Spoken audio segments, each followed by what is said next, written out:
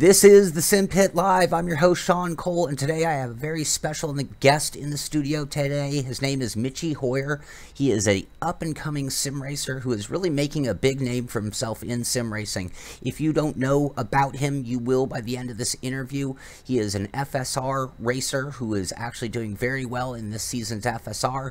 He is a world's fastest gamer qualifier, and he is part of the International Sim Racing Federation. And if that isn't enough for somebody to have on their sim racing plate, he is also the principal or team owner or team manager of Avid Chronic Racing, a sim racing team that is starting to make waves as well. So this is a team and a group of guys that you're going to be hearing more and more about in the future of sim racing as sim racing grows up and goes into this upper echelon of competitive form of sim racing with so many incredible competitions. So let's go ahead and bring Michi onto the show right now. And here he is from Germany. Michi, how you doing today? Hello to America. I'm actually just fine. Weekend has started. We are on opposite ends of the spectrum as far as timing goes. Whoops, I just kind of messed up my screen here. Let me put that back to the way I had it. Sorry, everybody out there, a little technical glitch. That's totally my fault. So, Michi, tell me just a little bit about yourself so we can get this going. You know, where you're from, what you do beyond sim racing, just some details about yourself. Well, yeah, I'm actually from Germany. In the south of Germany. That was where I was born and where I still live. I mean, it's being at home for 25 years now. And I've studied economics. Finished that studies like 3 years ago, and now I'm working in the service sector on trying to help firms, so companies, enterprises, doing some research and development and organize some subsidy for them. Excellent, excellent. So obviously we're here to talk about sim racing, but I also want to get a little bit to know about you. You being, you know, I want to call you an alien. I don't know if you accept that title yet, but, you know, guys who can even get in that top 20, let alone into the finals for World's Fastest Gamer, that is the best of the best for sure. But I kind of want to get inside your head a little bit to know what it is that, you know, the makeup of a great sim racer. So let's go back in time just a little bit. And how did you find sim racing? How did you get into sim racing? We have to go quite far back. I have to say. Actually, the interest for racing came from my dad, who was watching Formula One regularly while I was being aged 6, 7, 8 years, something like that. And I think the first racing game I came in touch with was F1 2000 from eSports back then. And I mean, I just can hardly remember of it. But I think back in the day, that was the first bit, beside of, I think there was some F1 Challenge 99 to 2002. Those two titles probably offered the best fair bit of racing at that time. And yeah, I got my first wheel in 2001 or 2002, which was I don't know if that still exists today, a Cytec, I think it was. Yeah, I think they're out of business. Yeah, I heard so too. But that was basically my first wheel, and I got on with the next sim, which was F1 2002. And in December 2005, a friend of mine got the G25. I think that was one of the first ever sold. And there was a trial called Air Factor 1 lying inside the package, and a half year afterwards I got my stuff as well.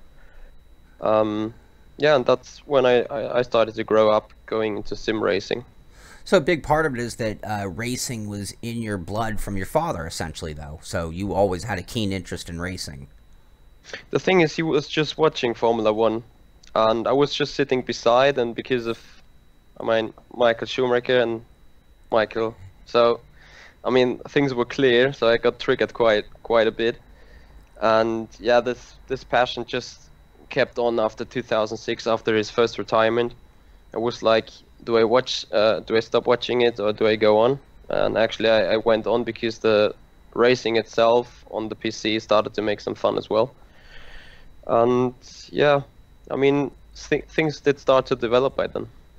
And how do you go, I mean, this is probably a longer story than we can have time for in this interview, but how do you go from a guy who stumbles into and finds sim racing to being, you know, skipping thousands and thousands of drivers and being in that top, you know, maybe 100 drivers on the planet, perhaps? I mean, you can't really focus on such a thing, because even though, like saying you're the top 20 of world fastest gamer and you're the top 20 of some kind of group of the world, just sounds unreal still. However, after starting in 2006 to get some proper racing, I started racing in a private league together with my colleague there back then for like 6 or 7 years. And when joining FSR in 2014, that was, I think, things became real. That the private league was closed in 2013, and the first 7 months of no driving was just perfect. And then an old friend of mine approached me, told me, what about racing for Ace? And I was like, I haven't touched that wheel quite a bit, so I mean, it took me 5 minutes to say yes. And from then on, I mean, stuff developed, and now 3 years later I'm sitting where I am. Now, when I think of aliens, when I think of top 100 drivers, I do have criteria that I do use. And when I think of a league like FSR, when it comes to R Factor, this is the pinnacle racing league. This is, you know, you think of the guys who've won there, Greco, Hutu, Hui, Moran, the list goes on and on and on. And if you're a sim racing aficionado, you know all of those names because these are the Schumachers of our world. So here you are running at the top level of FSR and holding your own, doing better than holding your own, qualifying into the world's fastest gamer. You know, you're locked into the finals. I want to talk to you all about that. But, you know, these, I mean, this is your resume. So when I'm saying that I consider you to be an alien, I consider you to be in the top 100 racers, you've achieved those goals already. So my hat's off to you. I mean, I gave the world's fastest gamer a run and got nowhere in it. So, I want to get to that, but let's stick with FSR just a little bit. I know everybody out there is going to kill me, and when we start getting into sim racing and knowing what the aliens, I got to know. So I know you started out with the SciTech, moved on to a G25. What is your current setup? Wheels, pedals, monitor? Give me the works. Tell me the whole breakdown. Let us know how you sim race. I'm still on that G25 actually. It's six or 7 years old, and the buttons on the wheel, I mean, I have to push them like 10 times to get it actually pushed really for 2 times or something. The pedals are spiking. Not the brake pedal, the throttle though, which is kind of nice because it keeps the power on the train while like coasting through the corner. Yeah, but it's definitely still the G25, and it's time to get some better upgrade. But as you may see, the chair I'm sitting on is on rolls. So a load cell would actually not work. I mean, braking for first corner, that would be me in the back of the board there. And yeah, so as soon as I get a real rig, like a triple screen setup, I'm still running single screen. Things might change. That fascinates me. It cracks me up, and it's such a common story, you know, and I'm sure everyone out there watching is just like, oh no, you know, me, I'm throwing my direct drive wheel, my hydraulic, not even load cell, hydraulic pedals, I got a fixed rig, triple screens that works, and I'm nothing compared to an alien with a G25 with its whirling gear sound and everything. So my hat's off to you there. If I just may add at that point, just a general thing. I think expensive or high quality equipment doesn't make you really quicker. It just can make you more consistent, or make yourself make more out of your abilities. Like we all know that a load cell brake or hydraulic brake, or however you want to call it, is operated by muscle forces, and it's just another thing that your muscle forces or your body is easier remembering of your muscle forces rather than the way you push a pedal or something. So it enables to get more use of your own sense, but it actually does not make you a better driver. Yeah, I tend to agree with you, but it does allow consistency. For me, it adds that added enjoyment, because I really do enjoy fine hardware. So even though it doesn't make me faster, I do enjoy it on a personal level. So you've been running at FSR. How did you come into Avid Chronic Racing? In the first year, I was with a Venus racing team, and it was a hard season. Like, I missed half of the races due to the studies. And in the very last race, it was Circuit of the Americas, I pulled off some good average position in Ace. And our German member, George Winter, just contacted me on how about it's looking for 2014. I was like, well, I don't know if my team still exists next year. And so he got me into the team, and that probably was the best thing that ever could happen to me, because I'm so grateful where we are right now. I mean, obviously being a team manager meanwhile means something to me, and I have to thank Christopher Korb a lot to give all that trust and all that faith into me. And I mean, we have achieved so many stuff, so many things. Last year we earned our first titles in Pro as a driver championship. I won the drivers championship in Ace, and we locked in the constructors championship in Ace as well. And I have 2 little trophies beside them. And you know, the moment they arrived, I was just like, thank you ACR for being around. I mean, get 10 and 15 people in, do some test races, do all that setup work. You're so lost on a high level if you do not have a good team behind you working all together, and that's actually also the secret of success in World Fastest Gamer. Like, it's not only me being in the top 20, it's my best teammate and a good friend, Martin Stefanko, who's also in the top 20, and we're gonna race on Sunday evening. And it was just close that another 2 drivers would have made it there, and that is just the expression of the great work ACR's pulling in, like, over and over again, to keep the concentration and keep the level of competing high. And I mean, there's literally no way you can thank enough a team for an achievement like that, rather just to take care of it as a team manager and look that it's maximize its own properties. Now, as a team principal, how do you even start managing all these other people and coordinating it so that all your efforts are concentrated? And I have an image here that you had sent me of your rig set up for engineering, and you can see all these screens and all this data up on the screen. What's a training? How do you get the group together for a training session? Do you guys all do it together? Do you have more than one engineer? How does that work out? I mean, things have changed there. That picture probably is one of the older days where I was still racing in Ace, could engineer the WC guys. And people on the team sometimes call me the numbers guy, since, well, I studied economics and I got so much favor for numbers and their relation to each other. So I just made the strategy stuff and engineering stuff all for my own and on my own, just because of passion. Today it's like 3 or 4 engineers in terms of racing engineers, which are around on the pit wall. We got 2 or 3 technical engineers studying vehicle techniques and vehicle construction, and they are very deep into Motec. I mean, I use some Motec as well, but they guys go beyond the limits I will ever understand it. And that is just great. If you got so much assets on the team, it's like the whole bunch. And actually testing, I mean, people sometimes hop on the server and get in little groups of 3, 4, and 5 and develop something.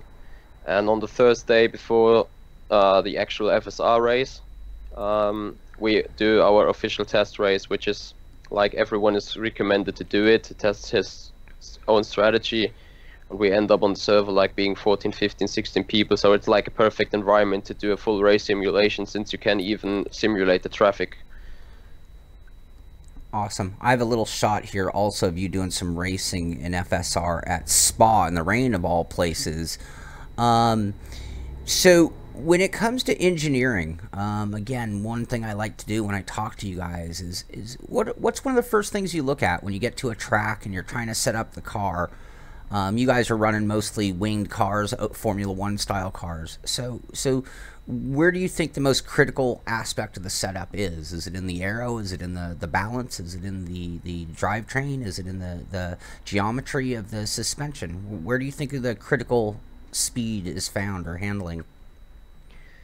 You have to say in R-Factor 2 the drivetrain doesn't matter at all, because we do not have hybrid technology there yet, sadly. But I know that it's gonna be worked on, so I'm hoping to get it back, or to get it sometime. So apart from iRacing, where the drivetrain is quite an aspect, I would say it's the suspension.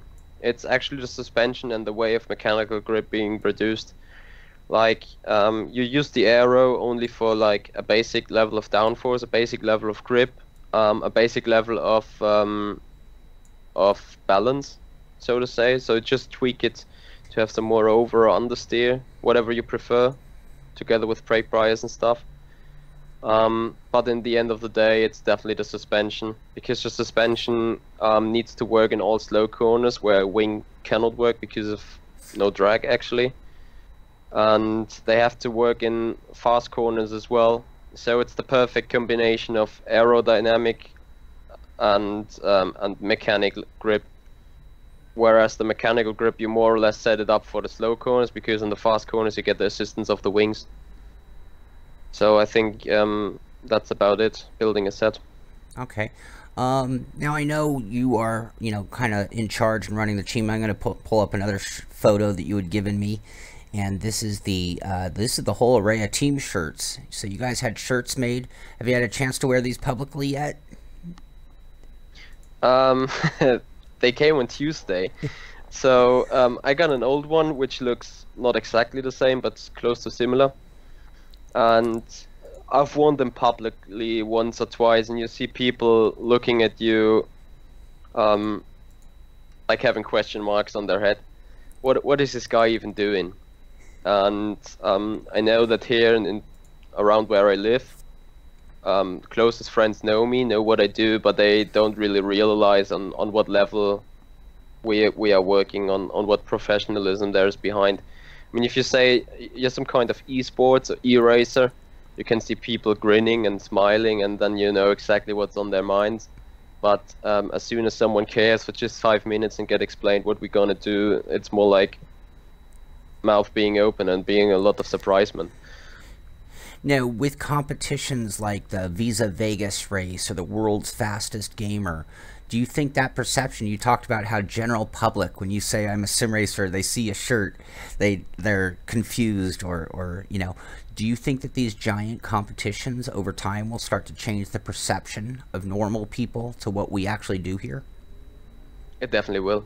And that's one of the things why we have ISRF, so the International Sim Racing Federation, in place as well. We're gonna talk about that later. The thing is, right here in Germany, I'm a lot into sports, watching sports, different type of sports, winter sports, handball, and especially racing stuff. And I mean, some major sports just have moved from free TV into pay TV. And happily I got pay TV since 2 or 3 years, so I do not care about that. But I mean, the ordinary guy who just zaps in to watch some Formula One race at the Sunday, if he's at home or not, I mean, those people are definitely going to be lost.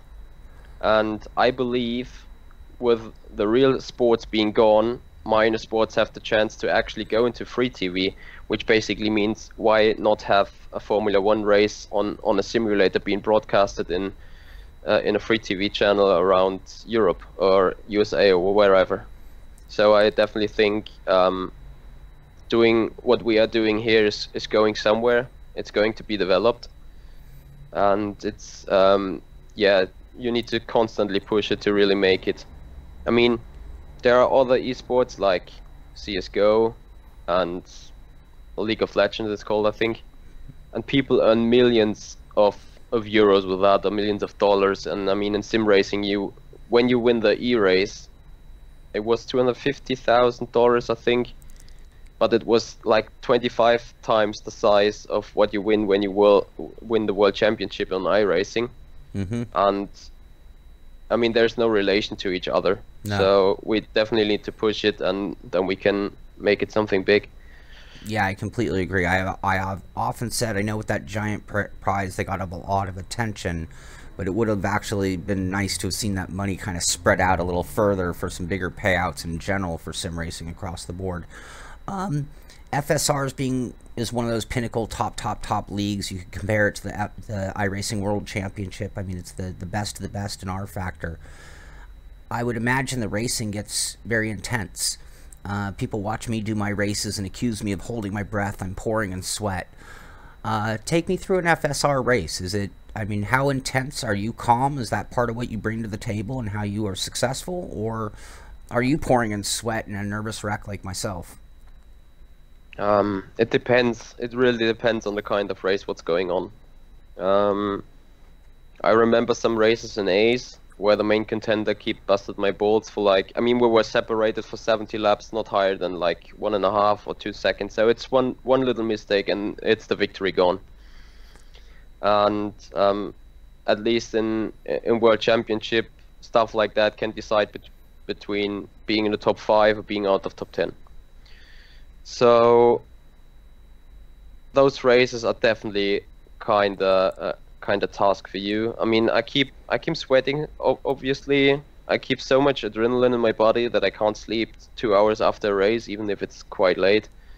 I've wear some pulse meter, or usually wear it, and analyze like the fitness strength of my body, or how the concentration affects my body. And you could see at qualification laps that the pulse is around 170 beats per minute, when you exactly know you're on a good lap, and you basically have 3 corners to still fuck it up. Excuse my language here. Nah, we're fine. We're all adults. Yeah, but and when you know it, and you need to still nail it, and you can't be super cautious, because by being cautious you lose 0.2 of a second, which is an equivalent to 6 or 7 places on the grid. And yeah, it is quite intense. So the strength, or the work being put to your body, is definitely not to be underestimated. Okay, now I'm pulling up a picture of you playing handball as we speak. You ever wear a heart rate monitor when you play handball? No, no, that would be just too dangerous. I mean, while being in preparation for season, like just now, I do wear it because we often just go running, or we do some activities without real body contacts. But I mean, handball is kind of a rough sport. It's short before rugby. Obviously, tackling is not allowed, but I mean, if you don't want to get touched by anyone else, better don't play any handball. How does your heart rate compare when you're running to, say, when you're doing an FSR race? When you run, it's probably, if you stay on the same speed, it's absolutely leveled, like plus minus 10 beats or something over a period of half an hour. And when you do an FSR race, you see some kind of tops, some kind of mountains. And then you can exactly determine whether you were battling, whether you were defending, whether you spun. When you spun, there's some kind of spike. And otherwise than that, it's just like running. As soon as that heart rate keeps in a certain level and stays steady, you are what's being described in the zone. You just got a tunnel vision. You just go for it, and you work like a machinery. Like, you do everything else the same way, and your lap times are quite consistent. Okay.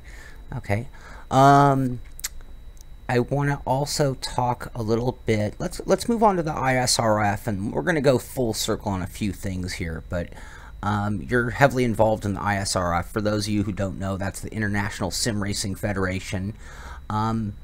What is the purpose of the ISRF? Like, the ISRF has a lot of targets and a lot of objectives to meet.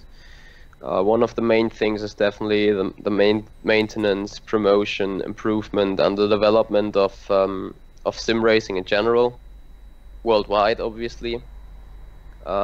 Which means increase the media range, increase the relevance all over the other esports going on around the world.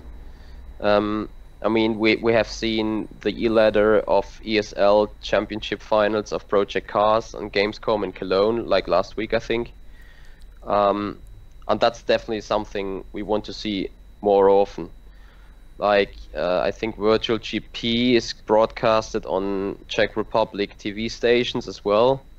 And it's just kind of thing that I said, with all the real sports being moved to the pay TV, there's new space for the free TV, and some kind of sports and activity can be broadcasted. And I think that's a chance. And at the minute, we got various leagues, various communities, a lot of sims, simcades, however you want to call it. And yeah, we want try to bring them up to one level, as I said, to increase the media range of it and promote it better. And obviously, in terms of improving, we want to get the manufacturers, industries of hard and software together. We want to get the communities together. We want to get the drivers together, like all sitting on one desk and debating on what way we want to go. Like, certainly enterprises are out for making money. That's why all the titles, F1 2017 and Need for Speed, sell so well, because of the casual gamers. And obviously, International Sim Racing Federation want to go beyond that, want to make the simulators even more real. They are really listening to the community. Like, I mean, there's difference between iRacing and rFactor on the way they handle tires, and they are going to be compared by that topic quite a lot. But just tires is just a little thing out of the entire sim. So what we want to go on is to improve sims in general, but we need to make sure to not let fall down all the simcades like Need for Speed or something, because actually they are the base of our branch as well. I mean, if you would not have 1,000 casual gamers, you won't find those 10 sim racers who go beyond the levels and say, I want to do this more professional, like just sitting there and playing on a pad. So we need to not lose them, and that's what international sim racing is also for. Like, keep an eye and keep a track out on what happens at the base, so to speak. So when there's the point that a certain player on that base level of casual gaming says, okay, I want to give it a real go, I think I can beat those guys. I've experienced that they just downloaded a sim, they gave it 2 hours of trying, keep spinning, and it was like, I will never ever start that simulation again. And that's definitely something which needs to be abandoned. That's definitely something, I mean, yeah, obviously the simcades or the casual gaming needs to grow a little bit closer to the sim racing, but obviously sim racing needs to grow even further, so that the real racing teams, and that's the main target of improvement, that the real racing teams like McLaren, the world fastest game, that's the perfect example for the topic we're just talking about, that real racing teams consider sim racers as being a bunch of talents, not only get young talents from karting. I mean, look at me, I'm age 25, and yes, I got some money, and yes, I have a good life, but I've never had the childhood, I never had the parents, and nor I had the money to ever get into karting again. And this is interesting, because all you guys know Olli Pacala. Sure. The Finn alien. And I met him at Sim Expo last year, and he is a co-founder. Inquiry. Sorry, go on, sorry. Yeah, and this is Olli is also a co-founder of International Sim Racing Federation, and he was in karting for like 14 years. And after 14 years, he was required to get the sum of 80,000 euros on the table to go on racing, when being aged, I don't know, 20 or something. And he just couldn't afford it. Sure, who could? So yeah, so he thought about a way how to go on with a passion. And then he found iRacing, he found rFactor 2, and look where he is right now. I mean, he hasn't made it, unfortunately, into world fastest gamer. That's a different topic, because to be in world fastest gamer, it's not only about being fast and being skilled. Like, you have to be in that zone, and you have to, like, literally get it together when it counts. And for that, you need to be like very resistant in your and very healthy in your actual environment. So if let's say if I got a split up with my girlfriend, I would probably not be in world fastest gamer, because you need every single bit to concentrate on that. And yeah, but I mean, obviously we all do know what Olli Pacala is about to achieve on a various simulators, and I mean that explains, just like other tests, Gregor Hutu, who was pulled out in the Formula 3, that was, I think, matching the times he did on iRacing and matching it in the real world. And I mean, those are the signs. You can't argue about that. That sim racing is as close as being real, and someone that is really skilled. I just say skilled, not physically ready to drive a race car, but skilled to drive one. Sure. It was when Etzekakov like catch the spin at 200 kilometers an hour. Like, he would have done it 10 times already, but it was the first time he ever sat in a race car. Yeah, I was going to bring up exactly that moment as a testament to how much sim racing prepares you. The other thing, I hear this funny thing of every once in a while you see a post of somebody who had a deer run in front of their car and they were able to swerve around it, and they were basically saying, if it wasn't for sim racing, I wouldn't have those driving skills. Tell you what, I had this moment, just the same way as you explain it.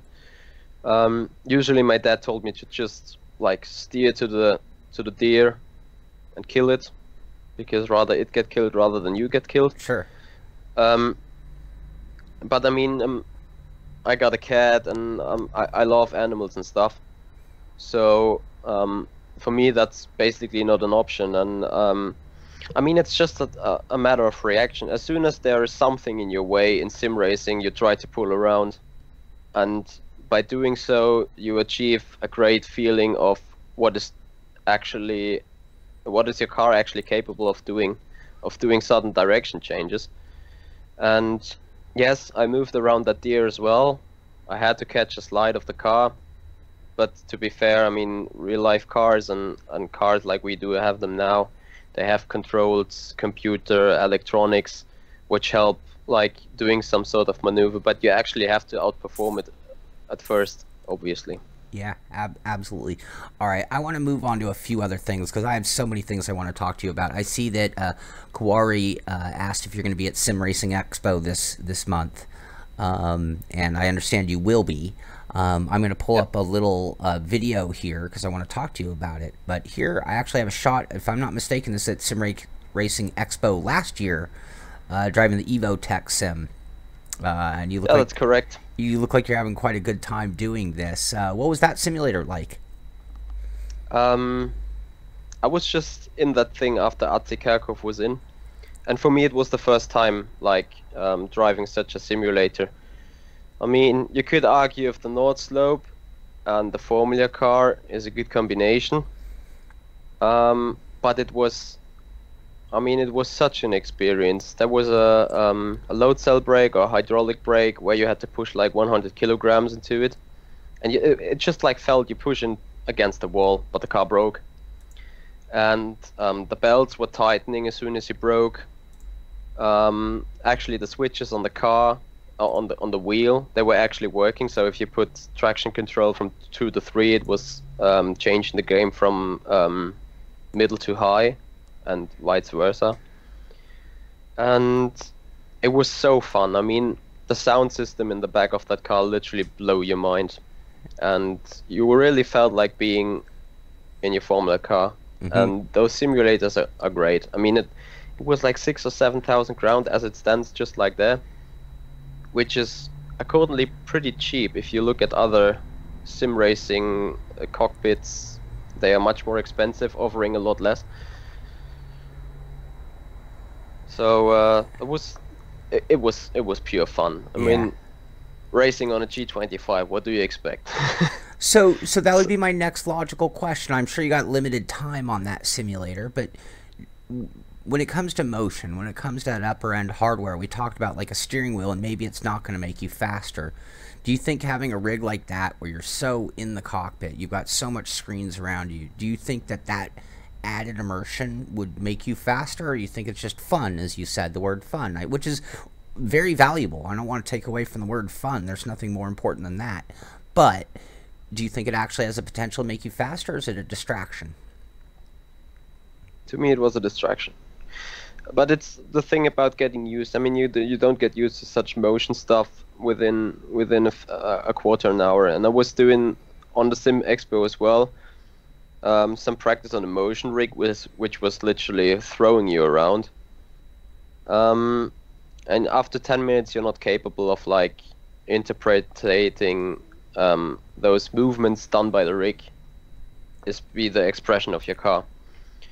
And I'm sure that when you get used to it and it's very well modeled, you can learn from it, and you can say, okay, if the seat throws me like this, the car is about to step out in any second, just like stick shaker on a plane when it's about to stall. But for me, it was just like it would just dragging me off concentration.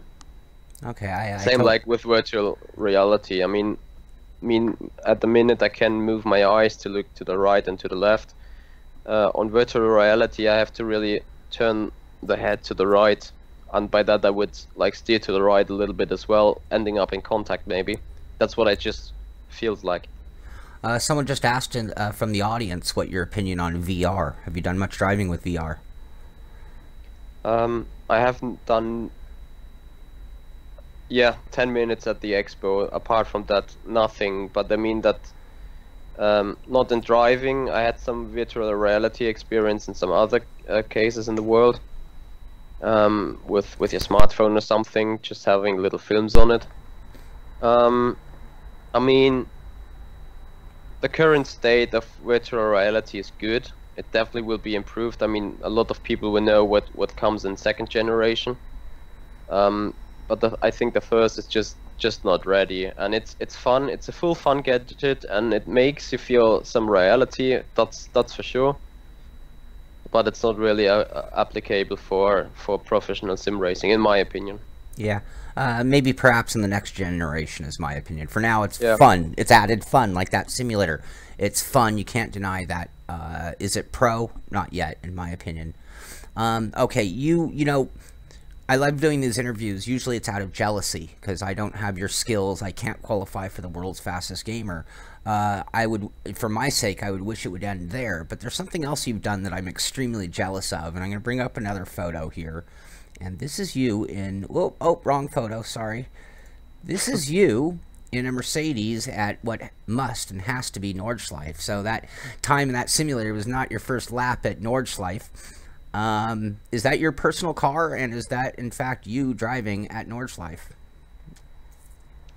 As it just bombshelled, it was the personal car of mine, yes. Sorry, I had to make that. Yeah, it was my previous car. Unfortunately, I had an accident with it in the beginning of the year, and it was considered a full damaged car afterwards. But yes, that was on the North Slope, and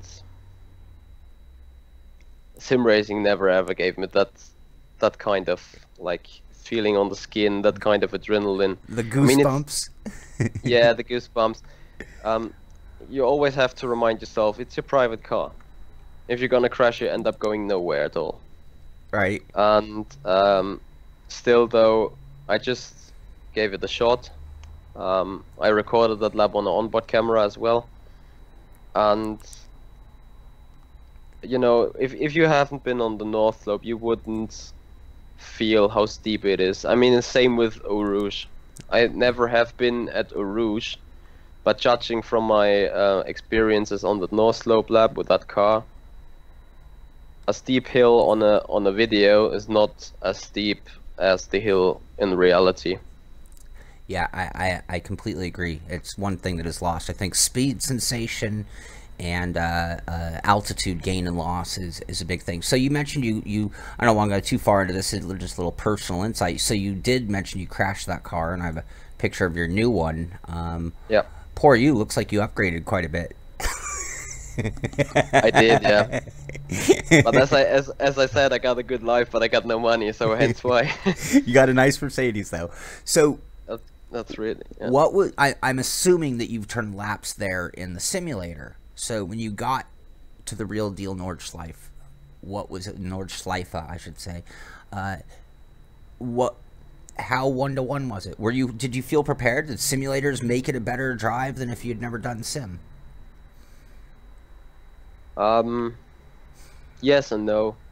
Obviously, yes about the layout. I mean, you quite of know what corner comes next. But as soon as you approach it, you see the differences to the simulators. Like the curbs are a little bit different, the interior is a little bit different, exterior, sorry. And the bumps obviously are not, as you say, the steep hill obviously is not modeled that quite well. I mean, we do have laser scan tracks on iRacing, something like that. But when you approach it on a GT3 car on iRacing, it's nothing comparable to approach it in a slow race, road car. So it was some kind of preparation in terms of, you know, what's going to come, so you know how you can like drive the car in that scene. But you don't know what's actually happened in the specific corner. Like if there's a bump and you're gonna like fly away, lose the front end, lose the rear end, you're not gonna really know what is going to happen, as probably the road car's physics are different from a GT car whenever you did practice on no slope. Yeah, so basically the biggest asset was the just awareness of the track layout. Yeah. You still had to adapt to the car, but I mean, you'd have to adapt to the car switching from a Formula 1 car to, say, a GT3 car even as well, I would imagine. Yeah, definitely. Okay.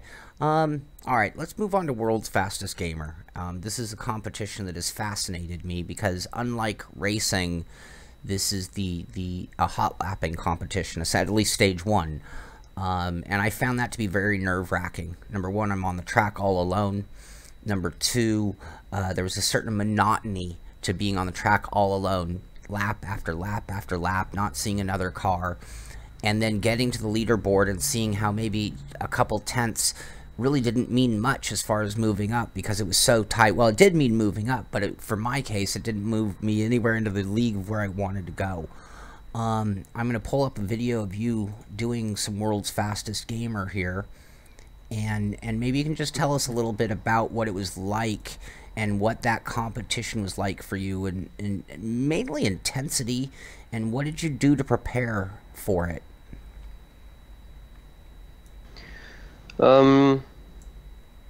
You could not believe how frustrated I was in round 1. Like, Martin has made it into the first top 20 at Silverstone, GP layout, that was, I think. So the actual track Formula 1 is racing on.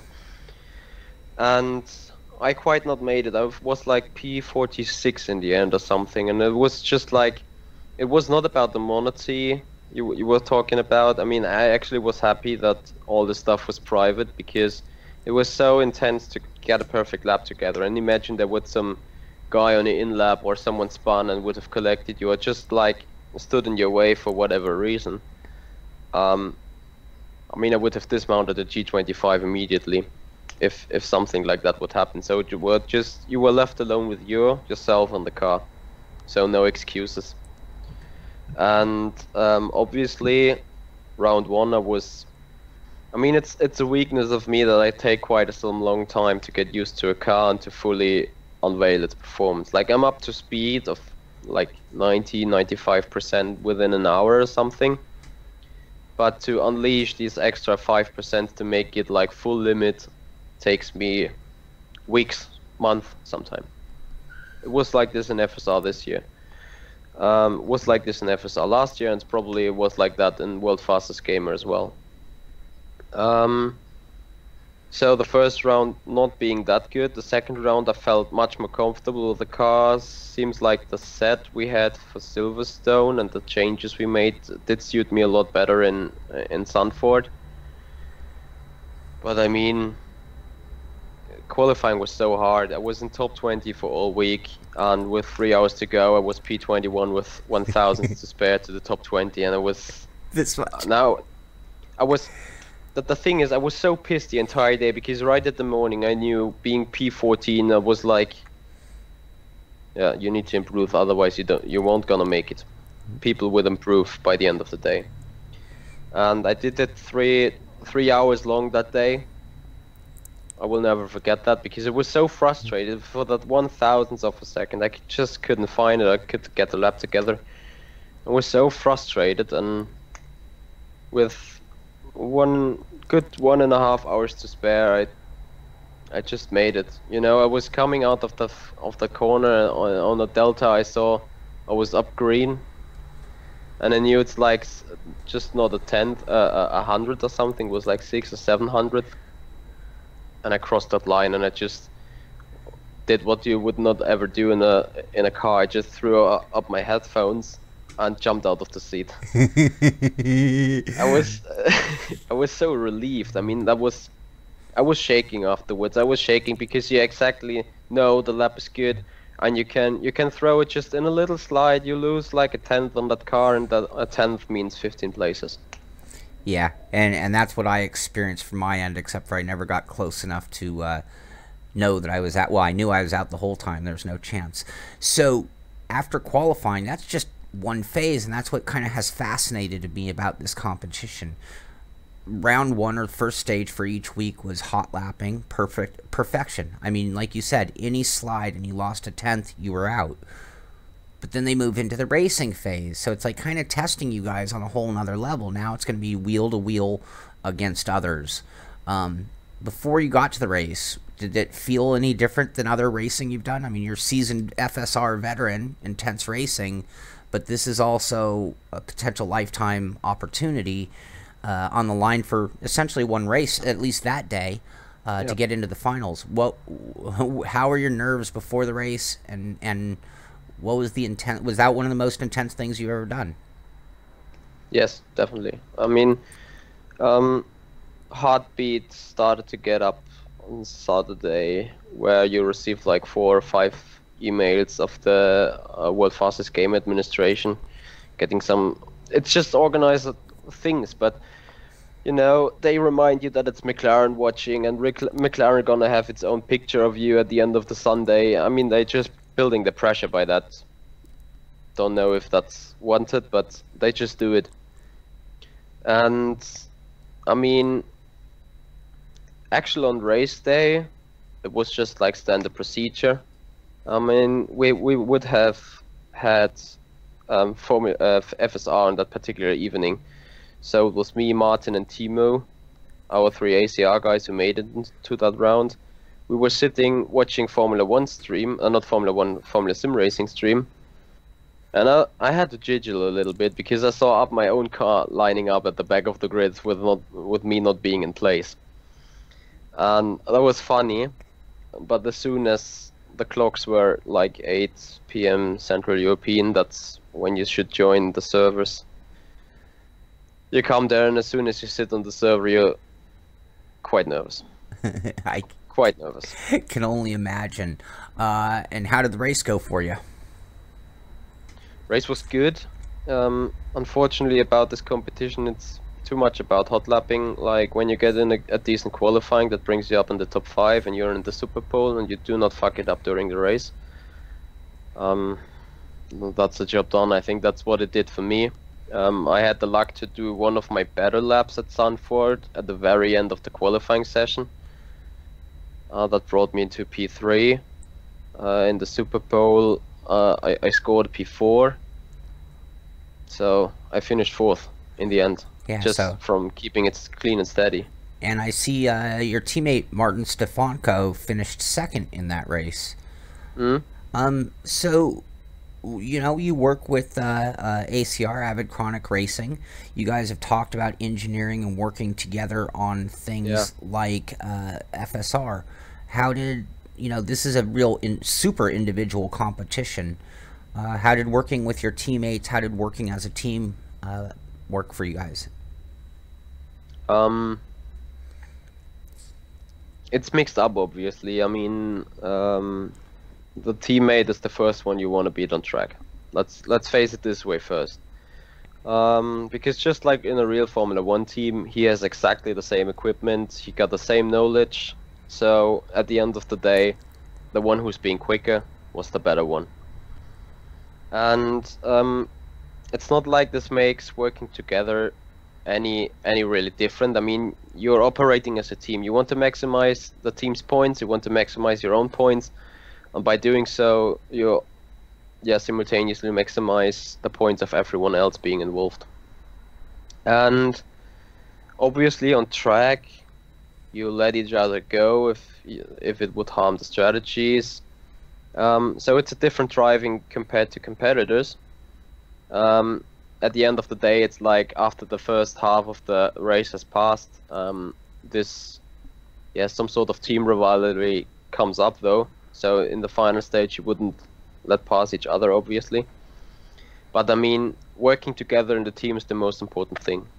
Like as I just said, I can't thank Avid Chronic Racing guys not enough to the support of last year's Ace title. I mean, there were 12 podium out of 12 races, including 7 wins.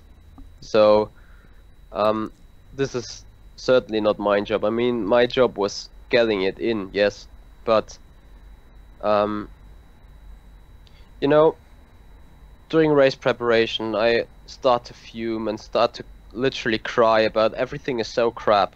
And David O'Reilly, a long team member, he just popped up one Saturday evening before a race and said, "Michi, you're a morning all week, just like the other 4 races ago, and you won 4 times.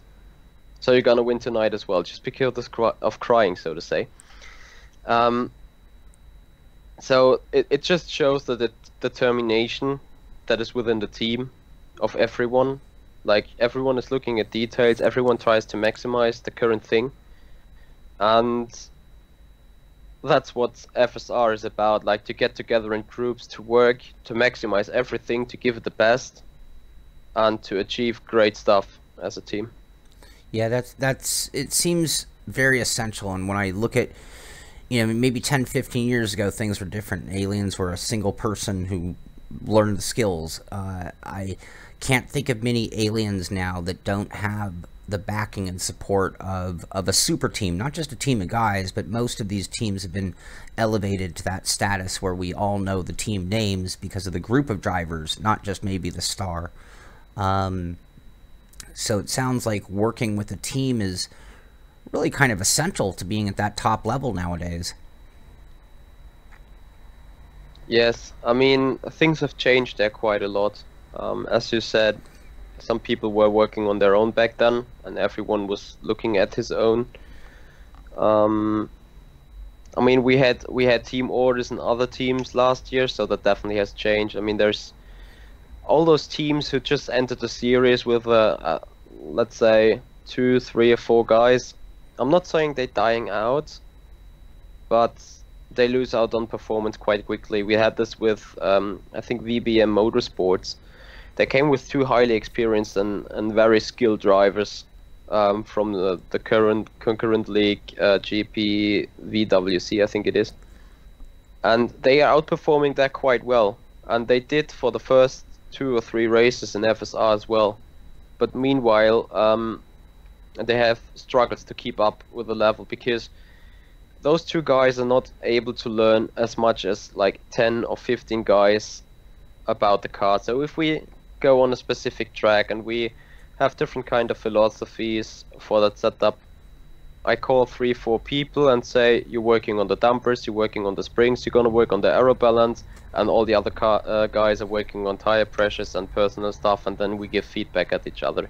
So until 2 guys have achieved all that tasks or have done all that task and done the analysis, We are so much ahead, and I don't want to show off that like we are something better, but we just got the manpower, and that manpower is so important. We're going to spread out to various leagues and various simulators, just to get knowledge from everywhere and to improve as a team even more, to grow the team, to make it something go beyond just gaming. Right. Now, when you guys do a workshop or whatever you want to call it, and you've built up a setup for the next race, whether it's FSR or World's Fastest Gamer, I would imagine all drivers, even at the alien level, have slightly different personalities in the way they drive. So does that setup in the end work for everybody, because that's the setup, that's what the car needs? Or do you guys all then make slight changes based on your driving style or needs? It's definitely the later one. So as soon as I get the set from anyone else and say, hey, give it a test or something, I just do one lap to see what it feels. And then I say, okay, I need my brake balance there, I need probably my aero balance there, and then I can see whether the suspension works the way I would prefer it or I would not prefer it. Some people are driving very understeery cars. I can't drive them at all. Other people can't drive my sets because of the oversteer. So it's very much the personal liking, and in the end it doesn't matter which way you drive the car really fast. It just matters that you drive the car really fast. And what do you think the key as a driver is to being fast? Is it timing? Is it being smooth? Is it vision? What do you think really separates the normals from the aliens? That's a tough question. Do you think of yourself as a smooth driver, or are you an erratic driver? It depends. I remember myself in A's in 2015. I was leading the race on a 2-stop strategy with a double option run and 1 prime run. We had just option prime, like 2 tire compounds, like it was in 2015 in Formula 1. And I was coming in for the last stop to put hards, or to put the prime tire, and I simply took the wrong one. I took another set of options again, and I was like, okay, you could finish on those options because you were cruising for like 30 laps now. You've done this all weeks to practice for exactly that strategy. You were bound in for like cruising, and okay, I have the tires, not push the car to the limit at all. And suddenly it was just, I mean, it was like Schumacher in Hungaroring. I had to basically do 18 qualifying laps, do another pit stop, then pick the prime tire and fully abuse the tires and make maximum speed out of the car. And I came in as a leader with 8 seconds to P2, and I got the lead back on the penultimate corner of the race. And it was like, I've never done it before in testing. I was preparing 2 weeks, driving casually, driving really carefully, and in that race, it suddenly you need 18 laps of bang, just bang. And I mean, it's exactly that ability. I've wrote a blog on the blog page of Olli Pacala about mental practices, about mental abilities. Some people might laugh again. I don't really care, because it's actually that what makes your mental strength to go beyond the natural limits you just got. I mean, there's no doubt people can drive cars really fast. They can drive it fast for 1 lap, they can drive it fast for 2 laps, but driving it fast for 56 laps is just that is difficult. And so often you get so much changing environment, as I wanted to say throughout the race, that it's very important to receive all information, to make use of all the abilities you got, and just focus on the one thing, driving.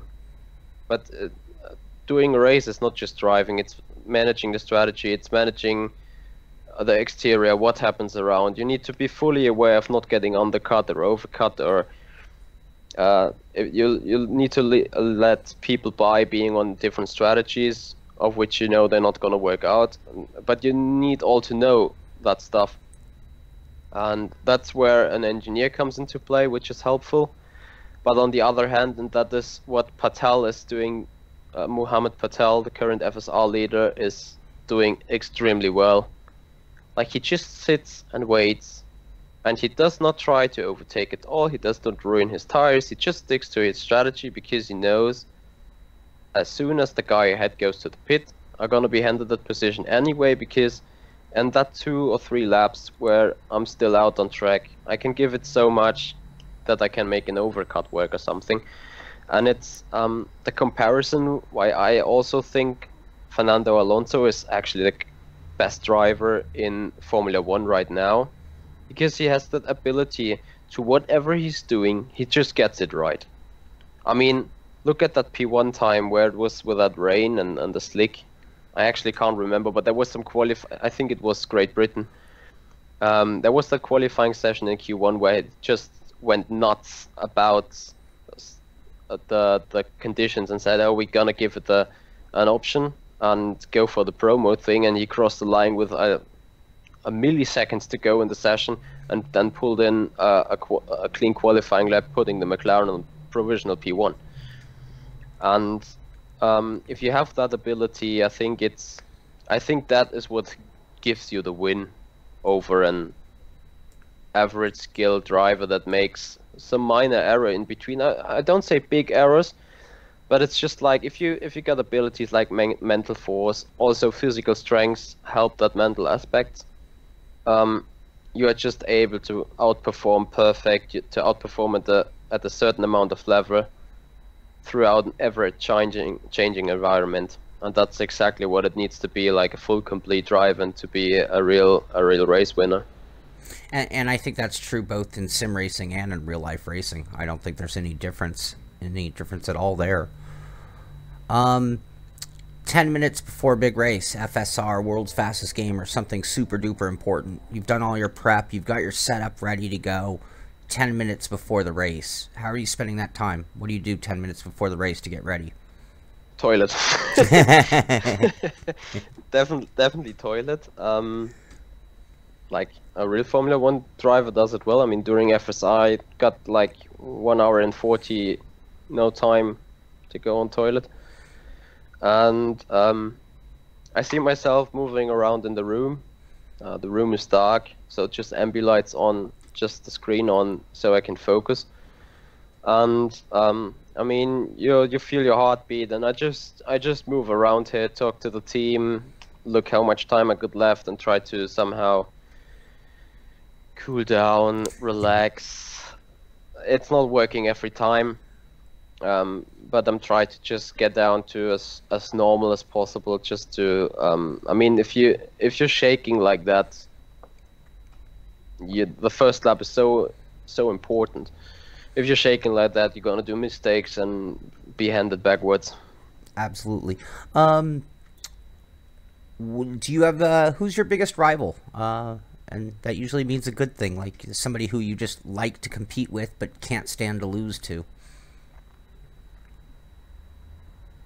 It's Martin. It's Martin, my teammate. Like, he has that personality to like we push each other really hard. I mean, if I'm in front, he's probably a bit more quiet, and I'm more like, I feel fine at the minute. If he's in front in testing, he's like, oh, I can do this, I can do that, and I'm like just literally crying, as I said, I can't do shit today, I just can't get it together, I don't know what I'm doing wrong. And then we start to help out each other. Like, if he has an issue while being behind, I'm gonna help. Let's try this. Have you tried that? And just 2 laps, you're gonna be fine. And if it's the other way around, it's just like the very same. Like on World Fastest Gamer, I was literally a bit frustrated and stuff, and it was actually Martin that came up with a nice word saying, just keep on driving. You're gonna do it at some point, and I did it. And it's just it is that kind of rivalry that pushes the team to the limit. Like when Martin sets in a super lap and I'm like You know, I'm just like not getting angry, but I'm getting motivated, and so does he if I am in front. And but we still help each other to get like back on the level again. And this relationship is sometimes um, a bit difficult when you take stuff by heart or too hard. When you take it too serious, especially with some trash talking going on. I mean, fun on the team is extremely important. And on the other thing, you know, you feel like being friends. So I would describe it like a perfect teammating, a perfect teammate relationship, not like it was in Hamilton and Rosberg. Exactly, not like it's between Paris and Ocon right now. I'm just looking for I would say it's between like Ricciardo and Verstappen if they don't shoot each other. But you know, they're making so much fun out of it, and I'm quite sure that Verstappen is gonna be pissed as fuck if Ricciardo is ahead and vice versa. And at the end of the day, they can sit at the table, have a beer, have a chat with each other, trying to help each other to a certain point. I mean, in Formula One, it's more egoism than you can actually imagine. But it's just that kind of environment you need to compete on a very high level. Absolutely. I'll give you a racing scenario and just see how you judge this moment. But you're hauling ass down the straightaway. You slightly miss your braking zone, and you give it a little extra brake, little extra trail braking, and you actually make the apex. But you scared the shit out of yourself, you know, because you thought you were gonna. Did that just create a new braking zone, or are you going to stay in that comfort zone that doesn't make you nervous? I stay in the comfort zone, definitely. It would be some of that activity that would give the spike on the pulse meter. I can see as an event later on. I mean, when you go to a race, you prepare to be very fast, but still within a comfort zone. So you leave your like 1 or 2% margin of error. And it would be just that margin of error that saves you at that time, but you don't want to be going to that limit. I mean, some people would. It's just a kind of philosophy, I guess. But I just wouldn't, because if I do the same mistake on the edge again, I'm gonna be in the gravel trap this time, and that probably will cost me more money, more time, than the going to the limit has gained me before. Or afterwards. Absolutely. I know you're a big part of the ISRF. We talked about this a little bit earlier. Right now I'm seeing sort of two tangents in the competitive gaming world. I'm seeing the F1 2017 getting acceptance from FIA and naming a Formula One champion. I'm seeing Project Cars as the game of choice for the ESL. But on the other hand, I'm seeing R Factor 2 and iRacing and other things being used for certain other competitions. What are your feelings? I mean, you talked about the Simcade games, Project Cars, F1 2017, their importance to our community and our growth. How do you feel about them getting kind of the higher limelight when it comes to the prize money or the big end competition? Do you think that's where we should be headed, or do you think those competitions need to be sort of steered towards the more pure simulator like an R Factor or you know, iRacing or Assetto Corsa even? Yeah, it should be both in my opinion. As you said, I mean, it makes me sad a bit that I just, and I don't mean that in any bad way, but some kind of casual gaming, of casual racing, gets you more money or more outcome than what we are doing. And I'm not saying that this is a bad thing. I mean, as I pointed out already, it's very important. It's just that model that sells best to the people, and it's important that we have that. If there would be no competition like ESL or like Formula One's champion, we wouldn't have had World Fastest Gamer or the entire sim racing branch at all. On the other hand, though, and this is, I mean, this is right. This is just right in terms of the outcome. When you do that F1 2017 competition, you rip your ass off to win it, and then you're called Formula One eSports champion 2017. But that's it. And if being an R Factor 2 and you are McLaren's world fastest gamer, you can be handed a chance to end up in a real car. You hand up the chance to work for McLaren, and that's the thing I would ever prefer over being called a champion in anything. And that's just the, as you said, the two times of philosophies. Like, the one thing is selling better, and it's getting the money in. It's probably everything they can achieve there, getting money, getting the titles. And on the other hand, it's you're getting some time of once in a lifetime opportunity. Absolutely. What would it mean to you to win that world's fastest gamer competition? I mean, you're locked into the final. You're one of very few people in the world who actually have a chance at that contract with McLaren. I'm not trying to build up too much pressure on you there, but you know, a couple questions that come from that. But number one, how are your nerves doing? I mean, are you already getting nervous in anticipation of the event? And what would it mean to win that? I mean, it would make you one of the most important sim racers, and would you even sim race after that? Who knows? I'm not thinking at winning it. I go there with an approach to have the privilege to perform out a race within a top 20 field of the world, and I want to score a solid result. And just for not building the pressure, I just say, obviously I want to win it. I mean, who wouldn't? But I'm not actually thinking about what if I do. I mean, if I do,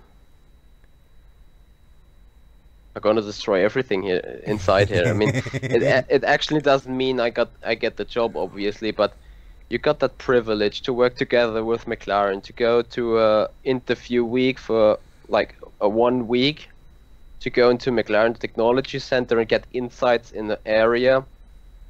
I think you wouldn't even get, even though you would do some visitor tour around in Woking. And I mean, it's like that's an event you cannot buy. You cannot, you can just win it, and I mean, that would be the experience of your life. So when winning it, I mean, that getting into top 20 was quite an emotional event.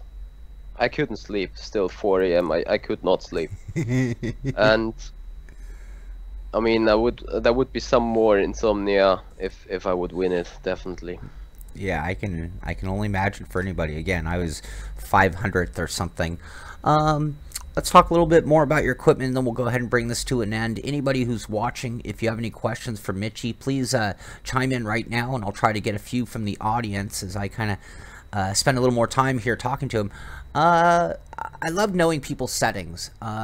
We all think there's some magical thing that the aliens or the fast guys are doing differently.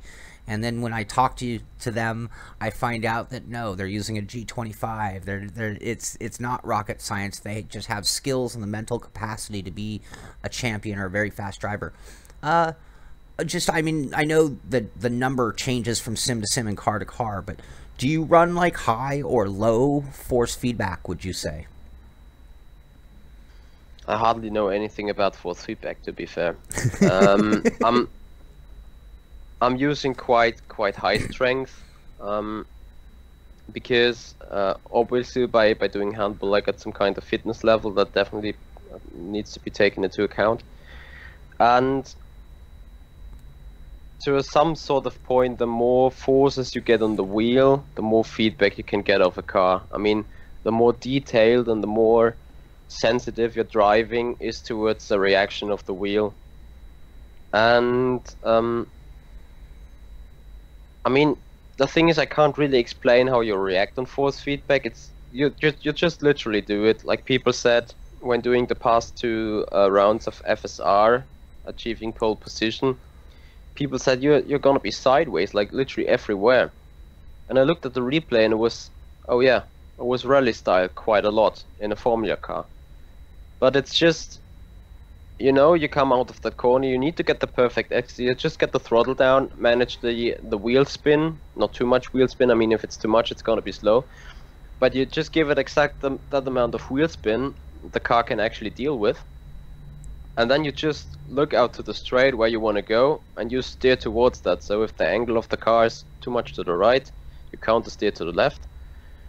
And it's so difficult to explain what force feedback plays some kind in the role of that. But it's a combination: eyes, ears, and feeling on the wheel, feeling of the force feedback, what the car wants to do, and how you react to it. Absolutely. I agree. All those kind of combine to give us that, what we're missing in real life, which is that seat of the pants feeling of the car. We have to combine all of those things and then come up with our own mental calculation. A question from Jay Coulter here in the audience, and I love this question.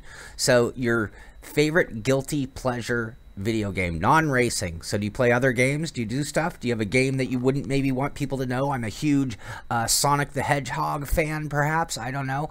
You have a guilty pleasure video game of choice? That changes from time to time. It was Anno 1404, then it was Anno 2070, then it was like SimCity. Lately it was Motorsport Manager. Okay, yeah. I mean, as a strategist and team owner and team principal, I mean, that's the most fabulous thing to just like. I also love that the fact to develop stuff, to improve a car, not just on setup stuff, but also on technical things, and that's something what is missing in sim racing, really. Like GPVWC got it implemented with some kind of management system, but it's difficult to set it up. Like, we're just missing a real sim where you go throughout the season, and that's what's fascinating me about F1 2017. You have to spend the time in the practice session to get the research point in and to boost the Honda engine, to make it more reliable, to make it more powerful.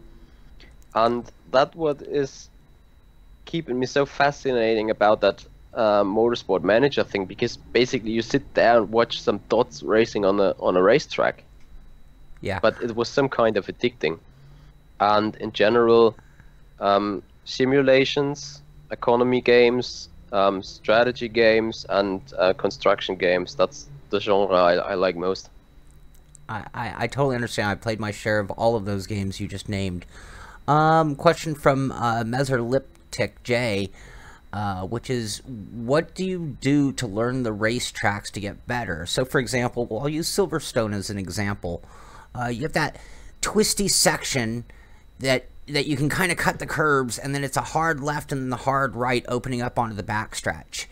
And I've gone back and forth as to whether I'm better off setting up that final corner or really charging in, because it's sort of a yin and a yang. Am I going to make up more time? How do you find the time on the track when you're looking at data or just your driving line? First of all, you go with a number of driving lines in that. I mean, if you're talking, let's say, of maggots, some people take that first little right-hander so flat out that they're gonna set up wrong for the left hand and then the right going to hanger straight. Others really compromise the speed on the second right-hander to have perfect lines through Chapel onto onto hanger straight. And this is where, on the one hand, Motec comes in play. So Motec divides every corner into sections, and then you do like 5 laps using one line, 5 laps using another racing line, and then you compare each other and see if you sum up those corners, which makes it the fastest. You have to be quite consistent by doing so, obviously, so there's no room for error. It could destroy the result completely, because it's about like maybe half of 100, some thousands difference. And on the one hand, it's that, like in real analyzation after the testing, but people in the live streams of myself will have already asked about it and have seen the delta best in the top, which is used by iRacing, or which comes from iRacing naturally. And at first I just used that, like using different lines and see whether the time loss on the entry of the corner to set it up for the exit is big or not big. If it is not big, is the exit way better than taking or carrying speed through the corner? And by that you just like you exclude some of the racing lines, which you just can see on the green bar by being faster or not fast, but the bar is not ready to like separate half a tenth out of it. I mean, it has some lag in it. It jumps forward and backwards within 2 or 300th. So that's the thing you really need to look up at Motec, and so it's a combination out of that. It just goes through your mind what could be fast, and then you try it, and in the end you analyze it. So it's more by analysis than it is by feel. Yeah, it starts with feel and ends up in analyzing and confirming that your feel was right or either wrong. Okay. M Deep has a great question here. He says, and maybe you have an answer for this, maybe you don't, but what is the biggest flaw in common amongst sim racing games that you think could be more realistic? Netcode. I mean, the real wheel-to-wheel racing. You got so much clash of models. I mean, a former teammate, Paschalis Georges, was like handed a 30-second penalty in the last iRacing World Championship race for extending track limits. He didn't extend, I think. So that's a flaw in iRacing, maybe. In R Factor 2, you hit some glitches on a curb or something. I mean, it's more the programming and the netcode rather than the physics. I mean, the physics can be simulated in a specific way, and I mean, you can't really prove it whether either this is right or wrong. But if you go on a curb and it cuts, counts you a cut, but you didn't leave the track, I mean, what's the point of that system if it works like that? Sure, absolutely. Another question, a short answer on this one. How was your first year in FSR? Sounds like an holy crap. It sounds like an insider question, actually. I mean, FSR World Championship in general. In World Championship, I'm performing right now where I want to be. I set myself a target to be in the top 5. I'm still there, despite missing the last race. And the first race in FSR A's back in 2013 was like learning only, just learning. Okay. I think this is somebody you're going to be competing against. Kawa Yuri 28 asks, who do you see as a favorite for Sunday? I'm sure he wants to be called his name, but I think it's going to be close between Rietveld and Van Buren. Okay. I mean, Rietveld was in a league on his own. I have to admit, though, that the race we were in wasn't quite as strong as the race Van Buren was in. At the end of the day, and I said this before, if Yuri makes pole position just by luck because he gets nailed the super pole and makes it, I mean, if he becomes 5th for the super pole qualifiers and then qualifies in pole, he's probably gonna win the race if he doesn't fuck up on the start. And I mean, it's difficult to say who will have the ability to just nail it in that 5 minutes when it counts. All right, somebody asked this question. I asked you this already, but I have to ask you again because I want everybody to understand and grasp this. Michi Hoyer, a top-level FSR racer, world's fastest game finalist. What equipment do you use? A G25 on a single screen with potentiometer pedals. And when you turn your G25, does it go whoa, whoa, whoa? Yeah. Yeah. It's got one of those.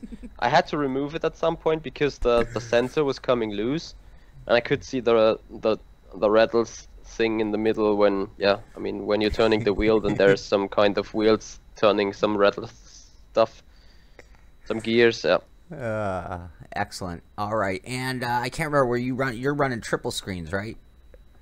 single screens. Oh, single screen. Look at that. I mean, again, people On want on the dual screen, I tend to have live telemetry data, Uh-huh. or live timing. Okay. Let's see. We'll look for a couple more, and then we'll go ahead and try to bring this to an end. I have had a great time here today. Again, getting into the mindset of you guys who drive, unbelievable. And there's so many of you now that I don't know if we want to keep calling you guys aliens. It's just, I mean, we don't call Formula One drivers aliens. We call them Sennas. So, anyway, let me just look for another more. Michael's asking about accuracy of tracks, laser scan to the real life. I mean, I know you don't have a ton of experience on real life tracks other than like Nordschleife. What about little things, little details like bumps and curb heights and things like that? How accurate did that seem to you when you were running it in real life? You can't really compare. Yeah. Because when you go on the North Slope on a simulator, you're most probably sitting in a super hard suspension GT3 car. And when you go on that with the A-Class Mercedes-Benz, you're sitting in a ship. So every bump you hit, every hard elevation change is gonna be sucked up in some swampy suspension work. And in a real race car, you would like hitting a wall, sitting in that car, hitting that bump. So you can't really compare it. I mean, I would love to compare, maybe with a new car, since it's a lot more harder on the suspension. I'm able to get some differences. So feel free to ask me that question again after 3 weeks. And if anybody out there wants to rent a car for him for a drive in a challenging car, he'll go get you that answer. So I encourage you that as well. Yeah. Where do you see our hobby, our sport, in the world of esports in 10 years? That question comes to us from Popeye Racing, by the way.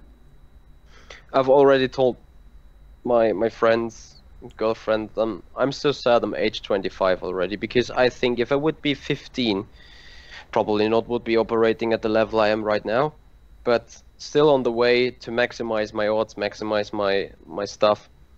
I think within 10 years everything will change. I mean, we're just getting to start into some, let's say, some next generation in terms of sim racing. We're just about to head off, and it's the thing that goes on the team as well. I mean, I joined FSR in 2015, and we were like 12, 13 people.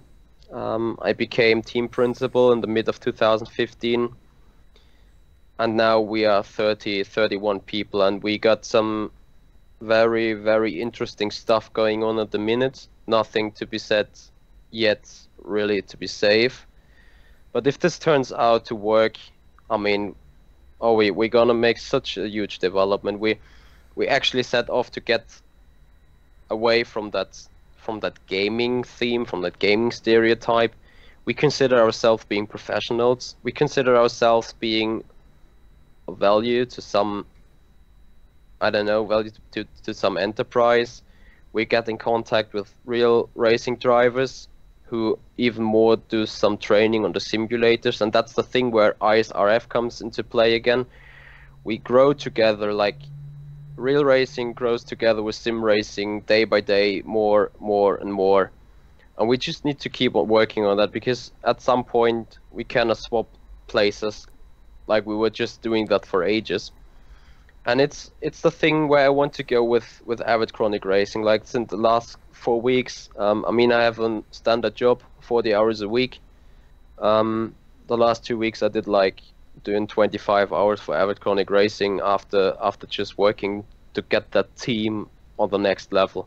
And it's not about just competing in FSR. We want to compete in iRacing. We want to compete on Formula 1 2017.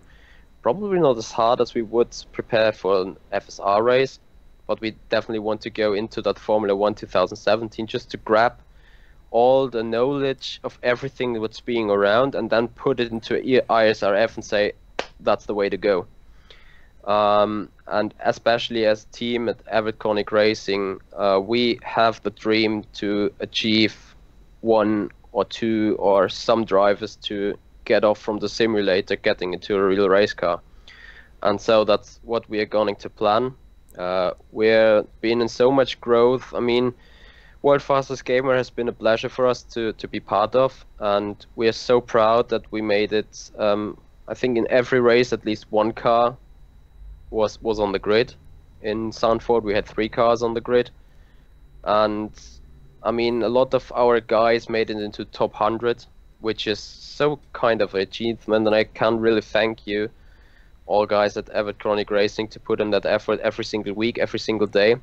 It takes so much determination, because let's face it, we all got private life, we all got our private business to run, to get life done in a good way, and we still got the potential and the work, and we still got the time to put in so much effort in making a little thing just so great. I mean, I don't want to get in that stereotype, make stuff great again, or ever great, or what else, but it's basically what we try. We want to get Avid Chronic Racing to the next level, and there's some huge stuff in the pipeline, and if that works out, we're gonna meet on a different level next year, that's for sure. Well, I think with you and Martin both locked into the finals, you guys are doing a great job of showing that you're an upper echelon team, and that people are going to be hearing a lot more about Avid Chronic Racing in the future. Michi, I want to thank you so much for joining us today. I mean, it's been a blast getting inside your head. We've been here an hour and a half already. I could probably keep you another hour and a half and get into fine details. I think we just kind of scratched the surface of certain things. A lot of people here in the audience are wishing you the best. They're wishing you the best in the World's Fastest Gamer competition, and I think they're all seeing something else I'm seeing in you, that you're one of these future stars that we're going to be hearing a lot about, whether it's in that competition or next year's version of whatever we see, and we're all just wishing you the best, and with Avid Chronic Racing, with your personal ventures, and also with the ISRF, looking out for all of us to kind of better sim racing in general. So I mean, yeah, that's the point. I mean, as I said, I'm age 25, so it's gonna be probably around 10 or 15 years in competable level on sim racing, but you know, the job isn't done afterwards. I mean, that's why I'm team principal, that's why I'm a co-founder of the International Sim Racing Federation. There's so much to do for the sport, to give a child aged 5 right now a possibility to compete in a real race car if coming by simulators at the right time. Absolutely. And so absolutely, everyone watching, a massive thank you for being around. Feel free to ask some more questions, and maybe, I don't know, we will meet up as questions arise and have a second part of conversation at some point. I think we might have to do a round 2 of this. And for all of you out there watching, I appreciate you being here today. I do have links in the description of the show here. You can check out Avid Chronic Racing. You can check out Michi's YouTube channel. He has got a lot of great videos. So if you're looking for some insight and some speed tips, you might want to just watch his driving lines and see what he's done out there. I also have a link to the International Sim Racing Federation, which, if you want to know a little bit more about it and what they're doing for all of us, which is really important, I think, and that's something that, another reason I wanted to bring you on the show today, having an organizing body that's looking out for sim racing as a group, and that's really beneficial to all of us. So thank you for that, and again, good luck in the World's Fastest Gamer. I'll be watching the race for sure, and I look forward to bringing you back on the show again. And I know you and I have some things planned, so I think people will be seeing more of your face around here as well. So thanks for joining us today, Michi, and really good luck in the big race. Yeah, thank you very much. And especially if anyone got a question beyond what we have talked here already, feel just free to contact me. Sean already said it, my contact details are in the description. If I don't respond immediately, you're going to be busy doing the great stuff for ACR maybe, or working on international sim racing, but I will definitely come back to you guys. Well, and that's another point. You guys be sure to subscribe to his YouTube channel. He's putting out videos in advance of races, like some of that preparation stuff. So maybe if you're looking at something, I mean, obviously World's Fastest Gamer, this phase is coming to a close, but you might be able to learn something in advance of a competition or a big race that you have coming forward. So check out Michi's YouTube channel, subscribe to it, and do the same for ACR and International Sim Racing Federation. So one more time, Michi, thank you very, very much. I really appreciate it. I've had too much fun. Again, an hour and a half, and I could just keep going and going and going, but same here. We'll leave that for another day. It's been a pleasure. You're a great guy, and I'll be watching the race and really pulling for you on Sunday. Thank you. Thanks for being around. Thank you, everyone. All right. So there you have it. Michi Hoyer, Avid Chronic Racing, world's fastest gamer, finalist qualifier. This is one of those guys, you know, I love getting into the heads of the Atsy Kirchhoffs, the Olli Pacalas, the Michi Hoyers, and just finding out, I mean, I know they're not aliens. They're guys just like us. They put their pants on one leg at a time, just like we do. But when you talk to them, when you get to know about them, you see the way their minds work. And it's certainly not the way my mind's all over the place. You listen to Michi, you listen to Atsy, Olli, they're kind of focused. They know what they're doing. They have a game plan, and they stick to it. And I think that bringing all that together is so important. And anyway, I hope you enjoyed today's interview. It was insightful for me. I appreciate you all being here. I appreciate the great questions. It really helped out keeping it flowing there at the end and making sure I didn't miss anything. So I appreciate all of you out there as well. If you enjoyed today's interview, we're going to keep more interviews coming. That was one of the reasons I really wanted to get the live show going. So be sure to subscribe to the channel so you get advance notice if we do have a stream coming, and we will continue to bring more content like that. This is the Simpit. I'm Sean Cole, and I'll see you on the track.